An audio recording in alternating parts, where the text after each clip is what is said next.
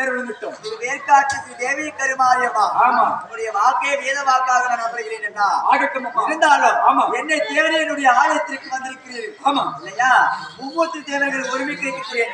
ஆமா. நான் தான் பெரியவன், நான் தான் பெரியவன் என்று அலங்காரமாக பேசிக் கொண்டு போவோம். ஆமா. நான் தவறு செய்து விட்டேன் அண்ணா. அப்படியா? இருந்தாலும் ஆண்கள் என்பவர் ஒருபடி மேல்வரப்பு, பெண்கள் என்பது கீழ்வரப்பு தான். ஆமா. இருந்தாலும் என்னை மன்னித்தருள வேண்டும்.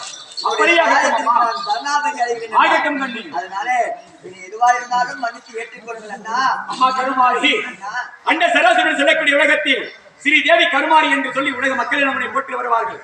அவ்வாறு இருந்தாலும் இந்த நாளில் உனக்கு ஒரு வரமளிக்கின்றேன். என்னன்னா, உன்னை தேடி வந்தால் மட்டுமல்ல, இல்லறம் என்று சொல்லக்கூடிய வீட்டில இருந்து அவருடைய இல்லறத்தில் இருந்து யார் ஒருவர் அம்மா கருமாரி எங்களை காப்பாற்றி வேண்டினார், பில்லி சூனியம் ஏவல் எதுவாக இருந்தாலும் அதையெல்லாம் கருவறுத்து அவர்களை காக்கும்படியாக உனக்கு வரவழைக்கின்றேன். என்னை தேடி உண்மையாகவே என்னை நம்பி என்னுடைய ஆழத்துக்கு வரக்கூடிய பக்தருக்கெல்லாம் ஆமா பில்லி சூனியம் ஏவல் எதுவா இருந்தாலும் ஆமா அவருடைய மனக்குறையெல்லாம் போக்குவீன்.